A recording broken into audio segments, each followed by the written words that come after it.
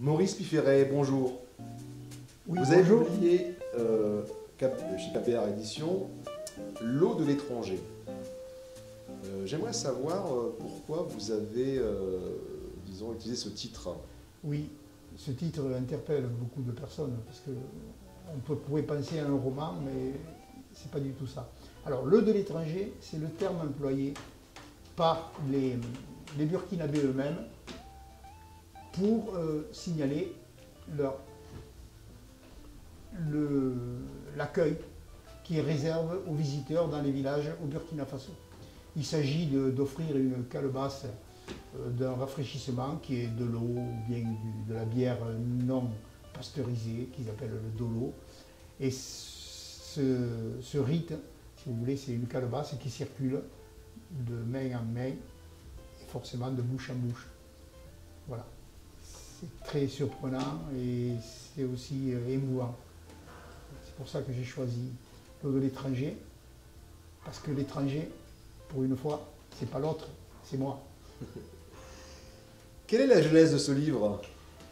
Alors, il y a très longtemps que j'ai lié des contacts,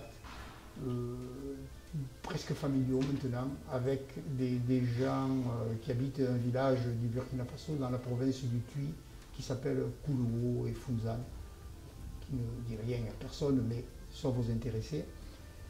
Et j'avais mené des actions aussi avec des actions de développement, des projets avec l'association Écoles sans frontières 66, où j'avais participé à fonder cette association.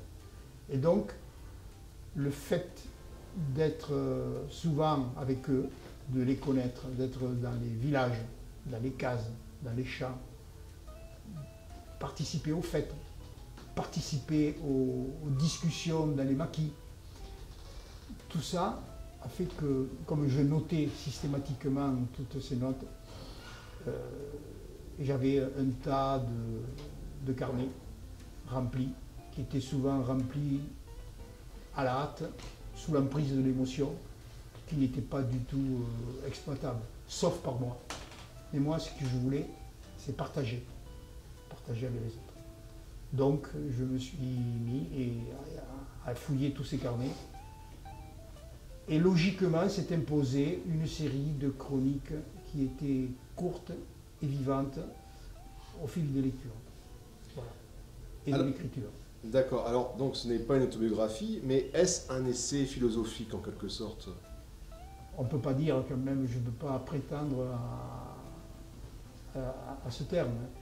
Pourtant, quand même, chaque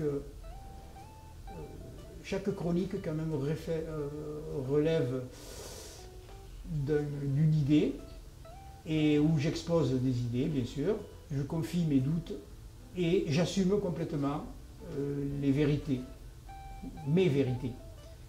Voilà. Donc, chacun y trouvera ce qu'il veut, il y a plusieurs niveaux de lecture, mais je pense que ceux qui s'intéressent aux actions humanitaires en général, qu'on dit l'action humanitaire, ils trouveront de quoi nourrir leur réflexion et le chemin qu'ils cherchent entre l'aide humanitaire d'urgence, c'est-à-dire le don, avec la construction de projets d'aide au développement qui sont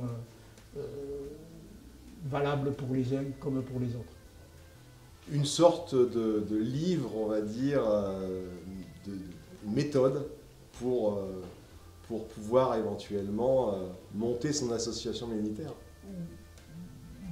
On ne peut pas dire que c'est une méthode, parce que moi je donne ni de leçons, ni de recettes, simplement des pistes de réflexion en me servant de mon expérience. Je crois que chacun peut y trouver des éléments de réponse à toutes ces questions. Et c'est plutôt... j'aimerais pouvoir en discuter après, quitte à avoir des critiques sévères sur ce que j'affirme, mais je voudrais avoir une discussion avec toutes ces personnes qui s'intéressent ou qui ne s'intéressent pas ou qui voudraient s'intéresser à l'autre. C'est ça qui m'intéresse. Quels sont vos futurs projets littéraires, Michel Pifferet? Non, des projets littéraires, je ne peux pas dire, j'en ai, ils sont multiples. Ils viendront peut-être, comme est venu ce livre, au fil de l'écriture. Hein. Et puis c'est peut-être un peu tard pour me lancer vraiment dans une carrière. Mais bon, pourquoi pas. On m'y encourage. Mais en tout cas, nous vous remercions vivement, Monsieur Pifferet. À bientôt. Voilà, merci.